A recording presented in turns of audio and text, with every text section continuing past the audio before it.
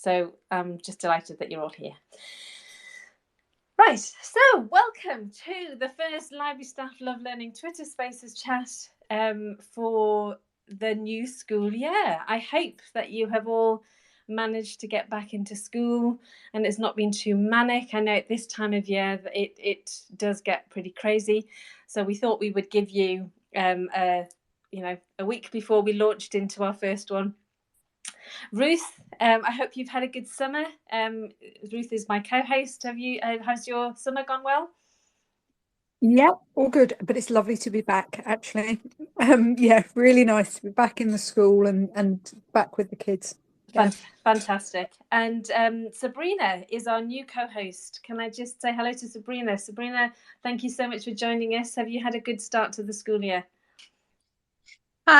Yeah, my first week back has been really busy, really chaotic, but it's been really nice to see all the kids again and just catch up. It's been so much fun. Fantastic. Well, I'm delighted that you can both join me. So this evening we are talking about buying book stock. It's something that every school librarian has to do. When Ruth and I and Sabrina were planning this session, it was about, we have, so both Ruth and Sabrina are school librarians currently, and I'm not. So, I personally am not coming from an area, I'm not claiming to be an expert in this at all. I just want to highlight that first. We are planning just to chat about how people choose books, how librarians choose books. Obviously, with diversity being such an issue these days, how do we ensure that our collections or your collections are diverse? There's a question about quantity, which I spelt wrong in my advertising, or variety. Are multiple copies better or one of everything? What do you think? The bit that interests me, I think, is finding gems that aren't on the bestsellers list. I think that was a question that Ruth came up with. And I think it's very easy for us to rely on, book lists that come out with the bestsellers. We all know how to do that. But is there a way to find something that aren't on the bestsellers lists? And we have this thing about budgets are decreasing. Budgets really are plummeting. So how do we manage? How do we, still run school libraries in an effective way without the budget? The idea is we will chat for about 20 minutes, half an hour with our guests, and then we will invite anybody who's online listening live to come and join the conversation. If you've got something to share with us, request to speak, and if you've got a question to ask any of us, then please, again, request to speak. So I'm going to start off by inviting Alison to tell us a little bit about herself. When we were looking at the list of the people that we wanted to speak to, it was important for me to bring in somebody who was well read.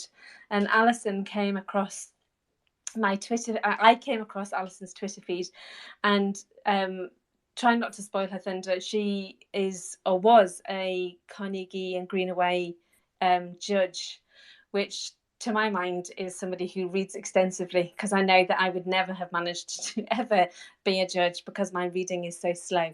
So with that in mind is why I invited Alison up. So Alison, welcome this evening. Thank you for joining us. Hi everyone, thank you for having me. Yes, you are correct. I was a judge for the Carnegie and the Kate Greenaway medals for 2020 and 2021. And you're right, it is an awful lot of reading, but I absolutely thrive on that. So that is really fantastic opportunity. If anybody ever gets the chance, I wouldn't pass it up. I am a school librarian in Cardiff, and diversity and inclusion is really big for us as a school this year, but it has been very much on my radar since I started, which was 8 years ago. It's my first library that I've ever worked in, so it's the only role I've held. And yeah, as I say, it's been on my radar the entire time. We've just done some fantastic with Sean Delenti, and it was a source of great pride that the library was comment from staff members with regards to what we stock and how we stock it. So yeah, it's very, very positive. That's fantastic. So obviously being a Carnegie judge meant that you read a lot, and even just reading the shortlist, there's a diverse list of books there, isn't there? Do you find that reading books that are out of your comfort zone is the word that's come to mind, but that isn't what I mean, the genres that you don't necessarily choose, they come up on those kind of lists, don't they? Do you find that making yourself read those kind of books, do you think that helps with your book selection? Yeah, it absolutely does, and I think it's really important for librarians to read books that they wouldn't necessarily choose themselves. And you know, I'm not massive on sports stories, and I'm not big on horror.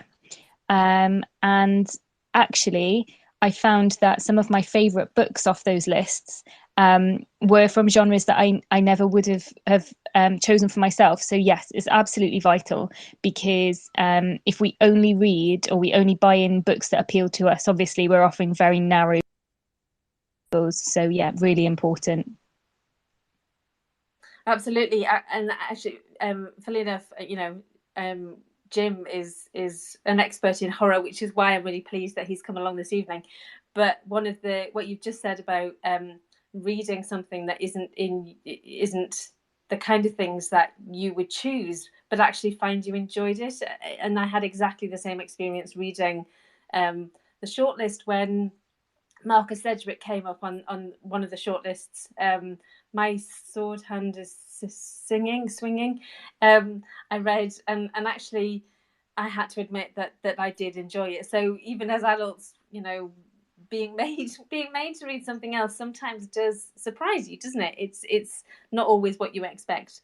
Absolutely, and I have discovered some new favourite authors that way. So I'd never read any Melinda Salisbury before my first year as a judge, and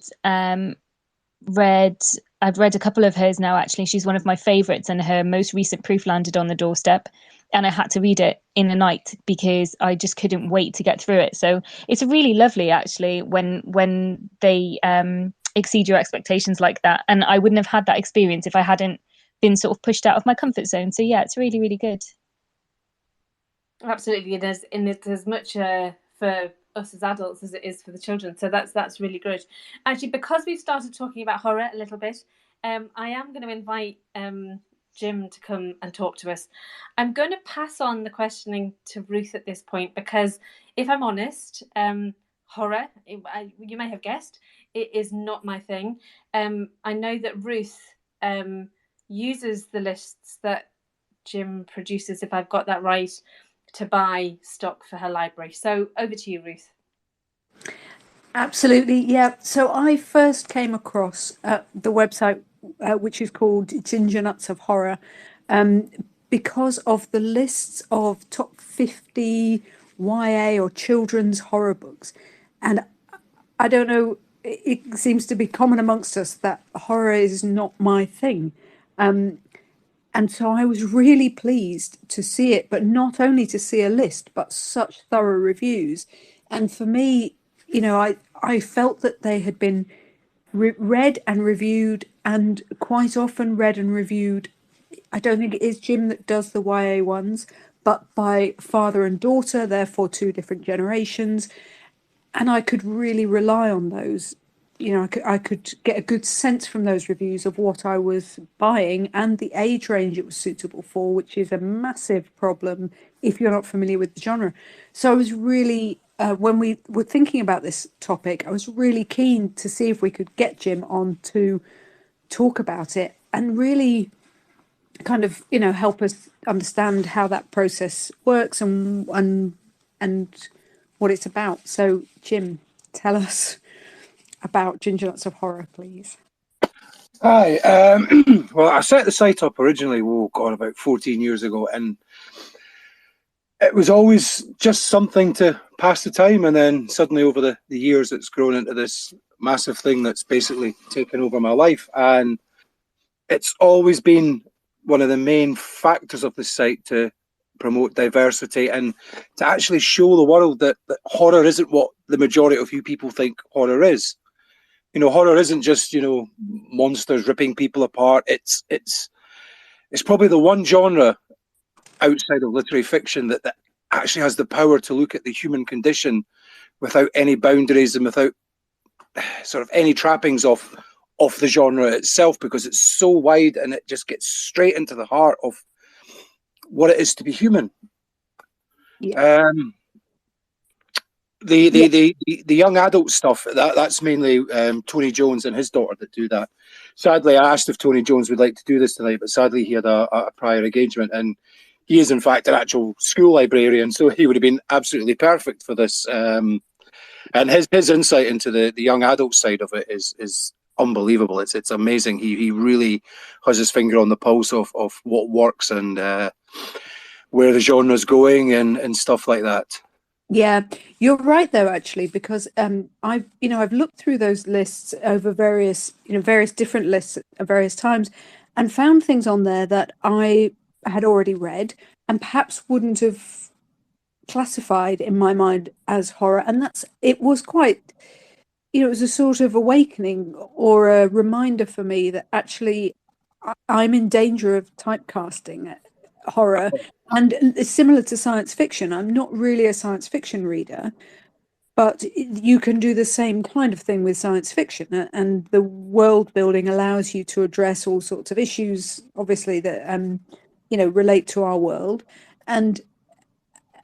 But I do have exactly that problem. So lists like yours are phenomenally helpful, even if just to remind me not to close my mind off to the list, really, to the genre. Yeah, I mean, I do think that out of all the genres, horror is always the sort of the black sheep, the dirty cousin that nobody wants to talk about, because so many people have this misconception about it. I mean, I've just finished reading this fantastic anthology from Titan Books, edited by Dan Coxon, called Isolation, and the main theme of it is in response to the pandemic, but without actually talking about it. So it's about how we feel isolated within society, within our family, even within ourselves. And the range of stories in there is amazing. That you've got one story from an amazing American author called Owl Going Back, who is basically a last man on Earth, and he's battling Aswang vampires, which, you know, sounds like a typical cliched horror story, but it still has this power to be very melancholy, quite sad, because it's based on Native Americans. And one of the most frightening stories in it, it's a simple story about this woman who just goes into her house and locks herself in there and never comes out. And that's basically all that happens in the story. But the way it's written, it's quite devastating, and it really breaks your soul when you get to the final reveal of what's going on, and yet nothing horrific in it happens. And if people can understand that, then I think, you know, we could actually make horror something that people don't think it is. And it really, really upsets me when people just, I don't read horror, it's just nonsense, when horror has got some of the strongest fiction, certainly in the small publishing world, coming out at the moment. It's an amazing place to be right now, especially with the diversity. It's always been one of the genres that's sort of embraced diversity. I mean, you look at, you know, our Clive Barker, who, you know, the sort of the spokesperson for diversity in horror. Now, you know, 15 years ago, you wouldn't have seen any diversity, but now there is. It's a wonderful place to be right now, and there's a story for everybody, I think, there in the horror genre. Yeah, that's really interesting. And actually, short stories, I often find, are our way into a new genre. And from a school librarian's point of view, excuse me, short stories are something that we're always interested in, because for our GCSE students, I'm a secondary school librarian. For our GCSE students, we're always looking for short stories, and that ability to write so powerfully about something is really, it's really useful for them, but is also particularly if to change people's view of the genre is really helpful. That's fantastic. Do you think that book, Isolation, is suitable for young adults? Well, yes. I'm one of these people that, I read my first horror book when I must have been about 12, when I found a paperback copy of James Herbert's The Rats in a garden while I was on my paper round.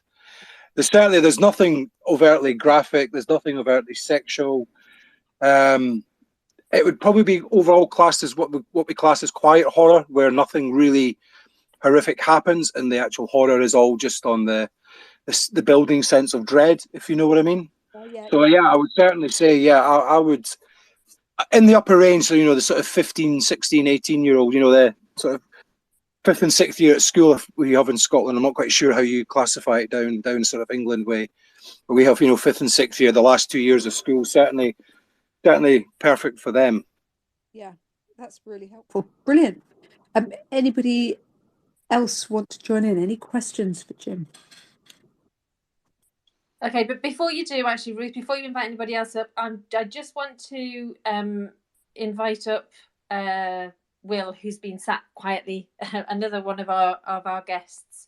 He has a slightly different take on stock selection, so I will let him introduce himself. But I met Will when I was working and supporting the Reading Roadmap.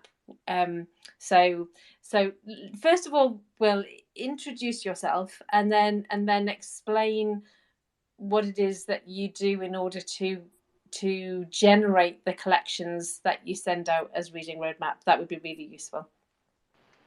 Hi, yeah, so my name's Will. I'm a librarian. I work for the Islington Education Library Service, which is a school's library service, basically. So we do all of the stuff that schools' library services do, or used to do when they still existed. But aside from all of our standard sort of topic box stuff that we do to support our schools, is we run, I suppose you could call it a reading scheme, reading challenge called the Reading Roadmap, which is it's lists of books from Key Stage 1 through to Key Stage 3.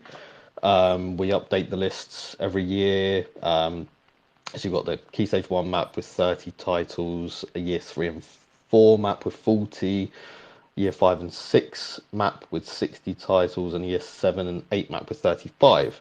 And what we do is the list of books every year for each of those maps is we only pick books that have come out in the last 12 months. Generally, actually, we find that we sort of pick books from the previous from stuff that's published between January and August, which is when we usually do the lists. Each author on the map only has one book, one title per map. So it's really the idea of it is to have as big a range of genres. I mean, the original point of it was we were asked by our schools, can you just do us some lists of genre, some fiction for us, and sort of evolved into this way of getting new contemporary fiction into schools. And really, I mean, the thing that I like about it in terms of sort of creating the list is getting new voices sort of heard.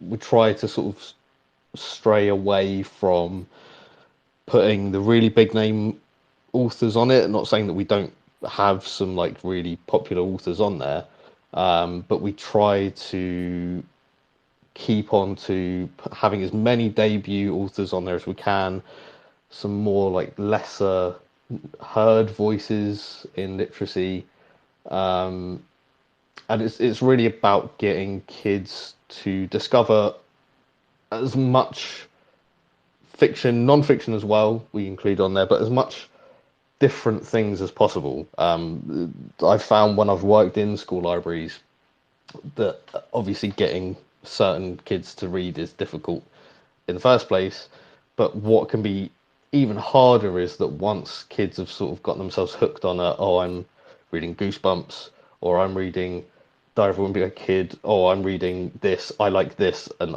I know I'm comfortable with it, so I'm just going to read this, and I'll read the other books in the series, or I'll just reread this, and I'll take this out again and again. And I found it was really hard as an adult to say to kids, oh, I know you'll love this book, it's really good, and it's like the stuff you like. And that was always a struggle that I found. And what we kind of found with the reading roadmap was that they have these maps, so it could be a map of the UK or a map of their individual area, and each of the roads is a different genre with the books listed on it, and all the kids have their own map, and the onus is on them to choose from those books. It's not supposed to be this, you must read this, you are on this level, you must read that. It's really if you want to start with what you're comfortable with, graphic novels, please start there, that's fine. So let me just jump in, Will. Yep. So when you're selecting the books, presumably you have people reading them before they go onto your roadmaps. Yes. Tell us a little bit about that kind of process. Who reads them? What? How do you decide what makes the cut? What actually gets you to the list, as it were? So it's very long. Because we do Key Stage 1 to Key Stage 3, and we do genre fiction. There's a lot. There's a lot of books published every year, it turns out, and yes, we do have to narrow it down to very specific amounts. So when we start doing the research, it's usually me starting off at the beginning. It's just time. It's having time to do the research, to be able to look through new releases. Just as a tip, my first sort of tip for book selection, actually a tool that I've always found really useful, is Peter's website. Actually, not sponsored by them, but their website, once you get used to the sort of finicky ways of how things are listed and things like that, once you get into be able to using keywords, being able to sort of filter through by genre, filter through by what they list as interest age and reading level age. Again, that's not always absolutely perfect, but it gives you a good sort of general idea, and sort of from there we'll put together kind of, I suppose, a little bit like Carnegie, will have a long list of basically, this is everything that we think sort of fits in with these genres that's come out, and then it will go down to shortlisting, and basically that is us selecting books that are going to fit a range of reading abilities. So the maps that we send out to schools that we know are going to have a variety of reading levels, and for example, we've got the year 3 and 4 map, the year 5 and 6 map, and the year 7 8. There are books that could be on the 5 6 that could also work on the year 7 and 8. It's really a process of going through the books and making sure on each list that we've got enough books to cover each reading level and each interest level. So how do you decide what is the right reading level? Do you know, if we're talking about school librarians buying stock for their own libraries, like Alison was talking about the Carnegie lists, and now you're talking about your lists. You mentioned Peter's as a website. Do you actually get around to reading everything, or is it, do you have enough knowledge of the fiction that you're buying that you actually don't have to do that? So I definitely can't read everything. So aside from roadmap stuff that I'm doing, I'm reading stuff just for my general day-to-day work, which includes non-fiction to cover all the curriculum. So I definitely don't have enough time to read everything. So it's shared out with our other librarians as well, and we'll have a discussion about what we thought. But also looking at other reviews of the titles online. Not always the best source, but good books, everyone knows that as a source. But it's really, getting together, going over what we thought about the books, and also trying to get a feel of what is popular in schools. So we have our own librarians that go out into schools, and we have meetings with them to sort of just get a feel for, what's popular, but also what's not represented as much, to see if we can try and push that. Absolutely. Thanks, Will, for filling this in. It's really fascinating to know how other people actually buy the stock that's important to them. Can I just bring Alison back in? I've got this question, which I spelt badly on my advertising: quality or variety? Are multiple copies better, or one of everything? What do you reckon? I don't know. I mean, from a personal viewpoint, at school we don't have room to stock multiple copies of books, so I tend to go for a one of everything approach. That being said, there are certain books that if I come across other copies, sometimes we have books bought in for us by pupils, I will stash certain titles because I know that we're going to lose or have damaged stock. So then we always have something to replace. But generally, I would say that broader variety for us works better. It might not work better for everybody, but for us, it definitely does. And how do you find the gems that aren't on the bestsellers list? What's your what's your go-to resources that will help you find what you need? There are a couple. You can make really good use of Twitter. I follow lots and lots of authors and lots of publishers on Twitter, and generally you can spot hidden gems that way. Another thing that I like to do is, if I read something that's by a fairly well-known YA author, for example, if I read something that's by Jason Reynolds, I might go and have a look and see what he's currently reading and what he's recommending. I found some really good stuff that way. And I guess the other way is by making friends with some of the smaller publishers. So I get in touch quite frequently with the guys at the Emma Press, just to find out what's going on with them, what they've got coming up. They send me the newsletter, but I do email them outside of that. And I do that with a couple of different publishers. And that can be a really nice way of engaging them in conversations about the things that they've got coming up that they're really excited about, that perhaps you wouldn't otherwise see. Absolutely. I think it's really important that we do rely on other experts for our stock selection. The one that springs to mind, because it's sitting in front of me at the minute, is this school librarian from the SLA. Has a lovely list of books within their magazine. And it's that kind of thing that helps, isn't it? That other people are reading and recommending, and that's a huge way forward. I think I like the idea of small publishers. That's really important. I think that's probably the same for horror, isn't it? Do you, before I bring Jim back in, do you buy horror, Alison?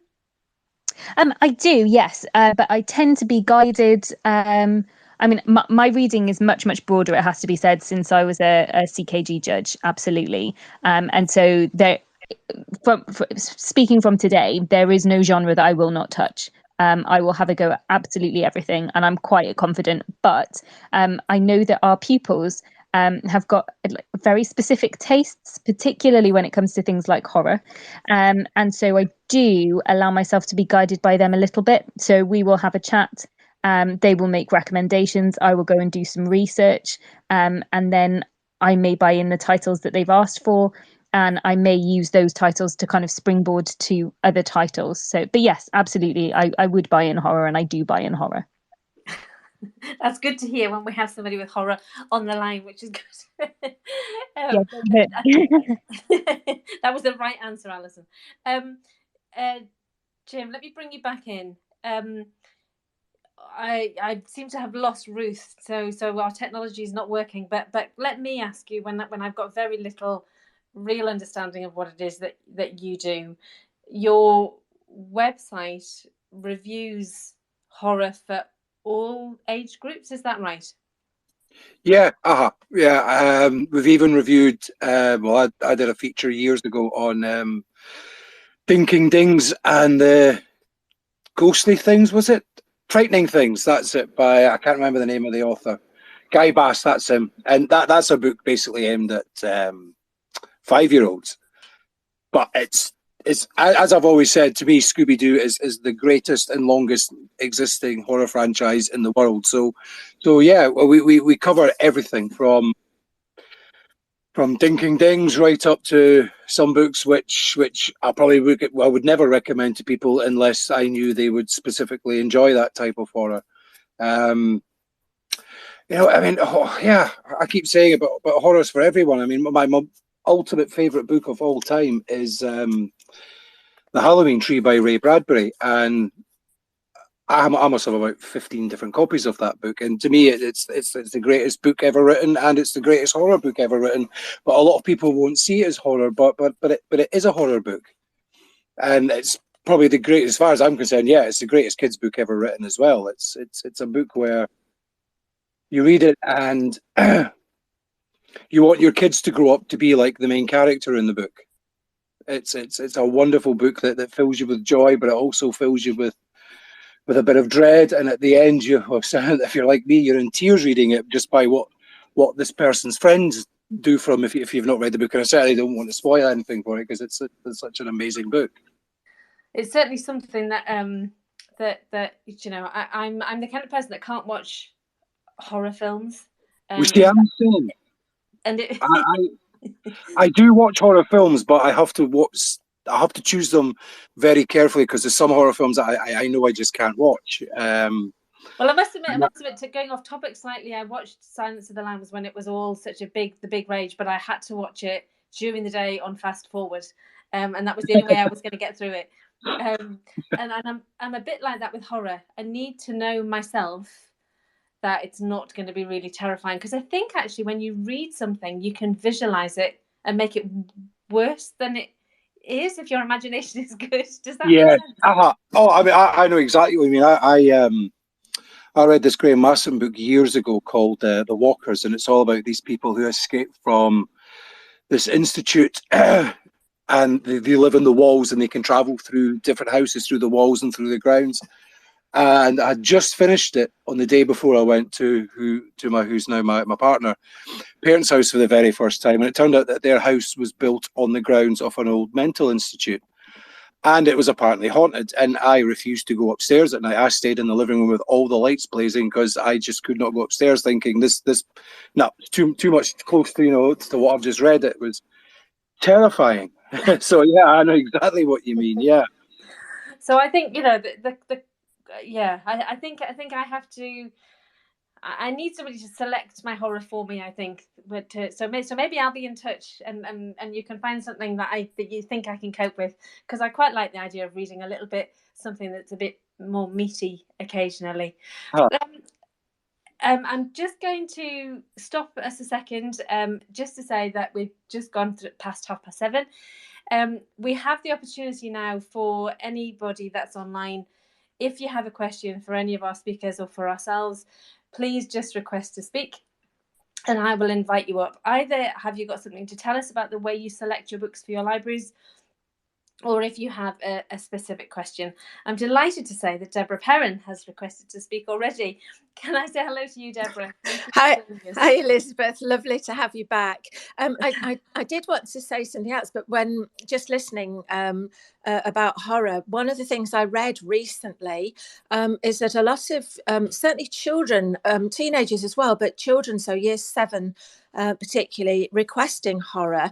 And one of the reasons that was mooted was that because of COVID and people being locked away, or even when we started coming out of COVID only with people of their own age, they were not able to sort of get in touch with their emotions. And so one way that they can really sort of connect with feelings apparently is to be terrified. And it's not people necessarily wanting to be horribly, aggressive or gory, which I think, again, those preconceptions can come into it. But it's because they do awaken a lot of feelings and emotions in people. So I've been very grateful for the Ginger Nuts of Horror, particularly the YA one that Tony does. So thank you for that. The other thing I wanted to say was one of the ways I find those books that are off the beaten track was I follow an awful lot of blogs.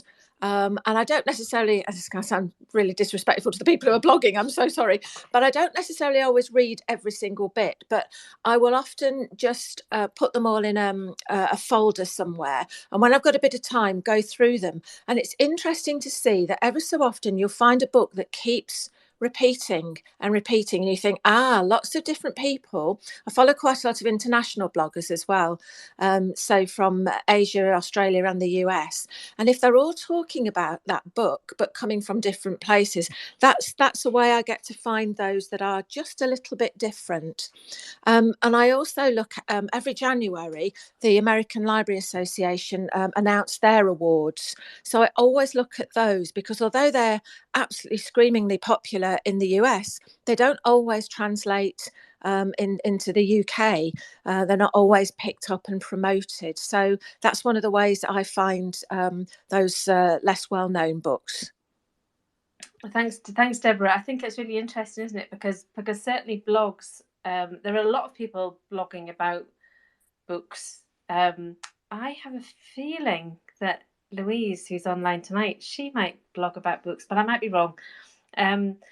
But I think it's really important that that we do take other people's opinions, and I think that's really clever, actually, Deborah, spotting the ones that keep coming up, the ones that keep, are obviously highlighted and are obviously popular. Do you buy books from local bookshops or local book suppliers or local publishers out of interest? Mostly no, but we've had a new bookstore open in Brighton in the last 12 months called Afrory Books, and it's owned by a black woman, and she only stocks black authors and has events aimed around anything that's written or published by black people, mostly black British. She tries to, because again, America has such great buying power. They're brilliant, but they have such great buying power. So we are heavily influenced. In fact, I was down there last Saturday. Patrice Lawrence was talking. So I do buy from her. And because we have Catherine Johnson coming in February, I've also got Afrory Books to provide at a little bit of a discount the books for me to sell on to children. But, money, we all know, is more tight than ever. So I am a big fan of Browns and Peters because of the 25 to 35% discount. Absolutely. And you've just brought us on nicely to one of my final questions this evening, which was about, how do we go about buying books with very little money? Does anybody, can I bring Alison back in maybe? Alison, do you have any tips or tricks that you do with the small budgets that we have? Yeah, I mean, normally I'm a huge fan of buying independent, and when I'm shopping for myself, I absolutely do support my local independent. That being said, when we've had events on, we do have a wonderful bookshop called Griffin Books in Penarth that do supply our books, and they do offer a discount, and they're fantastic. But one of the things that I have done quite frequently since I started in my role is to utilize the Scholastic rewards, whereby you run a book fair. It's been a little tricky because we can't have physical book fairs at the moment, but you can run them online, and every time people spend, you accrue rewards, which you can then you can basically have it back in books, and that's fantastic, but you are limited in terms of the selection. We also use a company called Laburnum. They do offer quite a hefty discount. And the other thing that we do quite frequently is we'll get our pupils will come to us when they're leaving, and quite often the very booky pupils will have accrued lots and lots of books over their time at school, and they very often will leave them with me because they can't bear to take them to a charity shop. So they make their way to our shelves, and it's quite nice actually, because when you look at our shelves, you can see a lot of our former pupils have heavily influenced how those shelves look, which is really nice. Yeah, it is nice, but it's interesting, isn't it? Because there is that question about donated stock, and how difficult it is to manage it, isn't it? Because if it's old or not good quality or out of date, then you have to be selective, don't you? But do you find so selective? Yeah. Do you find that you obviously, what about donations of books from parents as they leave? Do you know, as the children leave? Have you ever done that? I'm a little bit mean, and I have. Well, I mean, I'm saying it's mean. I have said I tend to say no to everything unless I know what's coming. So normally with our pupils, they'll be able to give me a couple of titles, or they'll send me some photographs, and I can pretty much say yes or no based off of that. Generally, though, if you say yes, what you find is the door is open, and you'll just come in every day, and there'll be bags and bags of books that people don't want. And I think part of it's lovely. It's people are so they don't like throwing away books. They don't like moving books on, and I do understand the attachment. But obviously, in a school library, you have to be very very selective about what's on the shelves, and you're always pushed for space.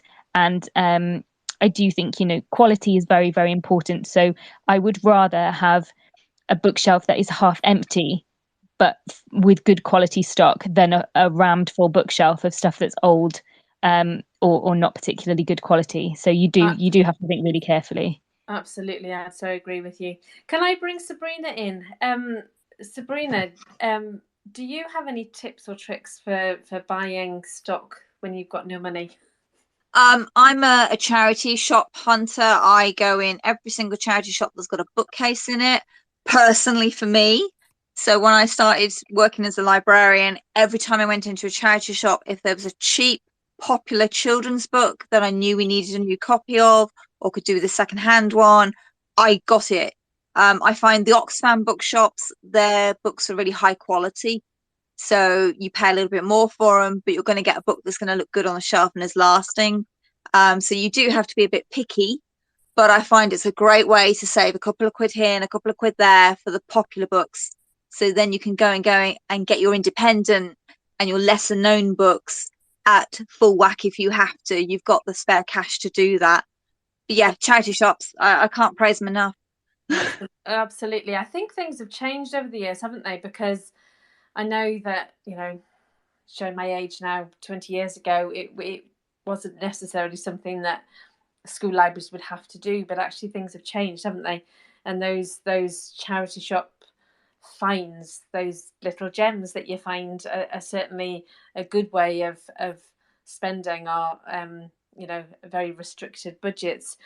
Deborah, do you have any tips or tricks on how you save money in your library? Yeah, I certainly do all of those things. Scholastica coming to us in December, and I'm certainly a big charity shop thing. But for the first time, I had permission last year to write to all our Year 11 families and ask for donations towards books. And I made a wakelet of books that I would really like to have. And I'm delighted to say I got £165, Wow. which was fantastic. And quite a few, I think it was about 6 or 7, which for me I thought was quite a few, people actually emailed back and said, I'd really like to buy that one, or my child has said they've really loved this author.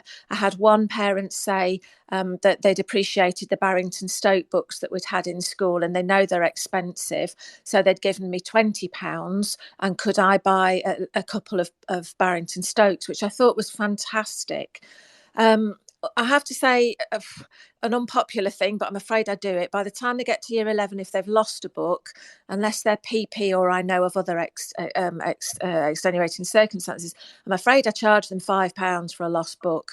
And I had another £100 worth of money on that. I hate to do it, but half the time it's people who aren't readers. They've just been careless with the books, and I've done that, I'm afraid. I think it doesn't hurt students to understand that actually they have to be responsible.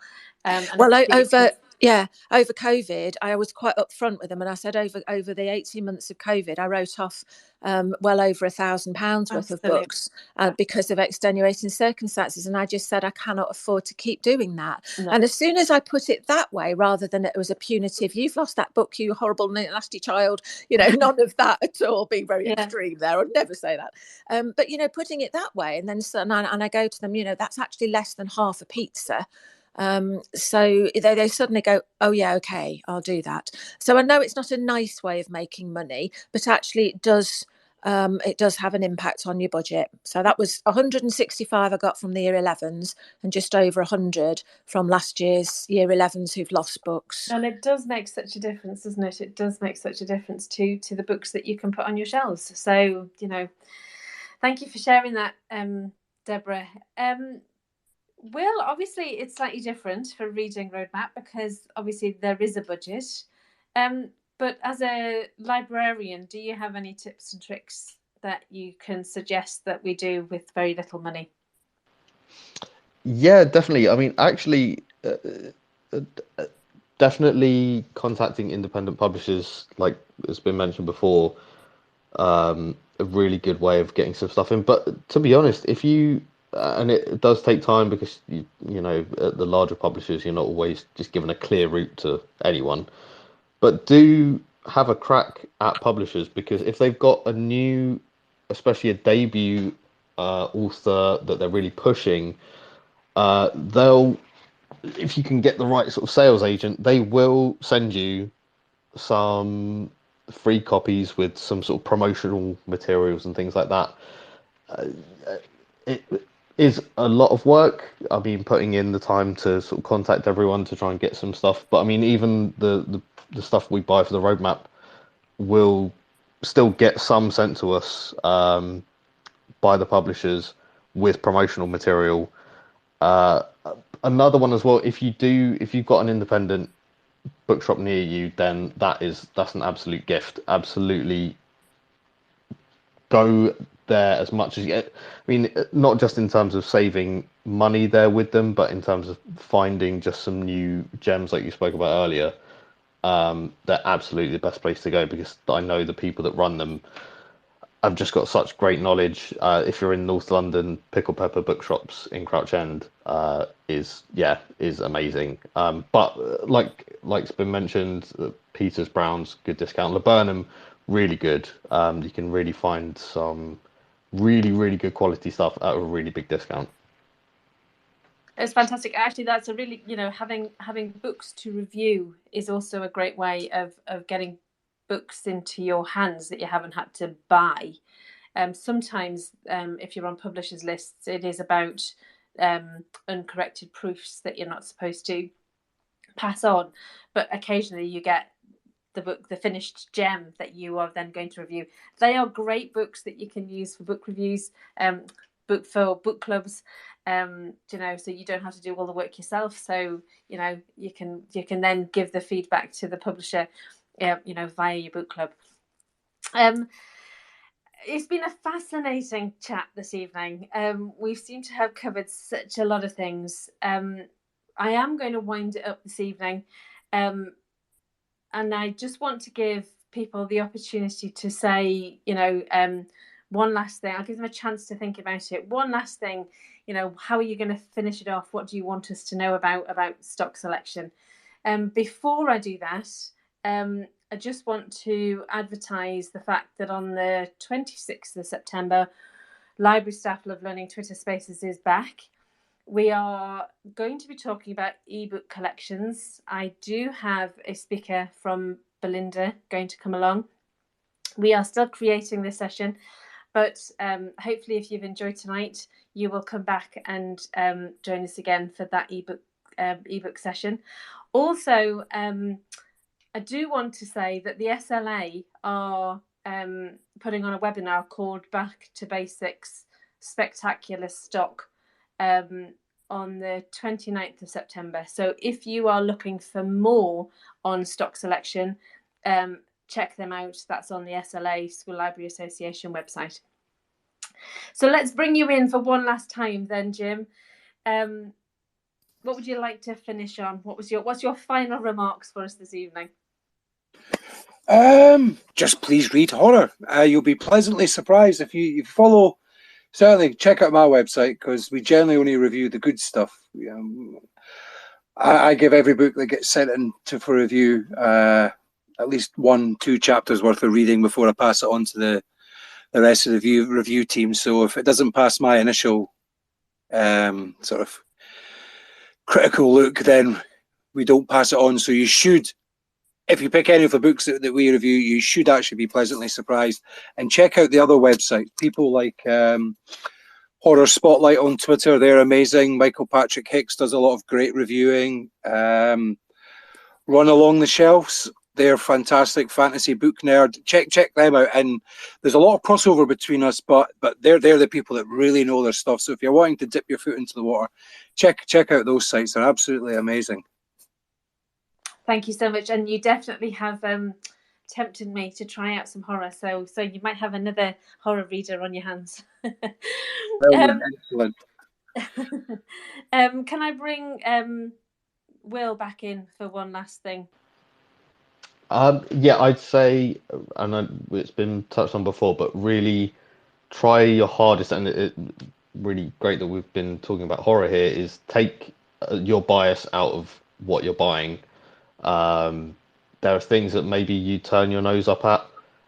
You might have a kid at your school that's going to absolutely love that book and absolutely love that author. So for me, the biggest thing is really taking that bias out and trying to understand that you might not like something, but someone else is going to love it. Just quickly to mention, from the Greenaway and Carnegie, I used to do that back when I worked in school libraries, and I wouldn't have read The Bunker Diary. I don't know if anyone's read that here. I have. So I wouldn't have read The Bunker Diary, and a part of me wishes I hadn't. Me but too. that book stayed with me like very few books ever since. Actually, that book stayed with me. Absolutely. And I wouldn't have read it otherwise. So you'll surprise yourself by just you expanding your reading horizons. So yes. Absolutely. So thank you so much. Yeah, and The Bunker Diary, yeah, it's still with me. I can't get rid of it. So thanks very much. Well, I seem to have lost Alison off the chat. So I just want to say thank you very much to her for joining us this evening. Deborah, seeming as you're here, do you want to say one last thing about what we're talking about? Oh gosh, you put me on the spot now. I think it is about really knowing your collection, knowing where your gaps are, and as everybody has said, being brave and stepping out of your own comfort zones and reading different things. I've spent the summer reading a lot of middle grade adventure, which I used to read a lot when my kids were younger, but I've gone off a lot of that now. Coming back to it, it was a bit difficult for a first couple of them because I could see so much value in them, but I wasn't getting that same personal buzz. But I have to say, I've recommended, only been back in school probably 8, 9, 10 days, and I've recommended them so many times already. And I think that therefore made it worth it. Absolutely. I think it does make such a huge difference, that reading it yourself. You can't stress that more, I suppose. And finally, Sabrina, thank you so much for staying with me this evening. Have you got anything finally you'd like to add to this? I think what everybody else has been saying, if you don't know, there is somebody out there on this global network that we have who does know. Go and find the specialists like Jim and his horror. Go and find the people who read all those middle grades that you haven't got time for. Twitter is fantastic. YouTube is fantastic. And dare I say, TikTok is really good as well, people. You've got to dig for it, but there's some really good stuff on there. Just go out. There's somebody out there who's read a book that's cracking, and you'll be, oh, I've got a student who wants that. That's the only way I cope, because I can't read everything. That's a perfect way for us to finish. Thank you so much for your time this evening, Jim and Will and Alison, who's no longer here.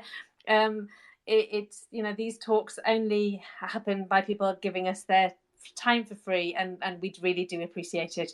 So for any of you that have enjoyed the chat this evening, we will see you again on the 26th of September, same time, Monday night, talking about ebook collections. Thank you so much for joining us this evening. Good night. Thanks. Bye. Thank you. Thank you now. Bye-bye.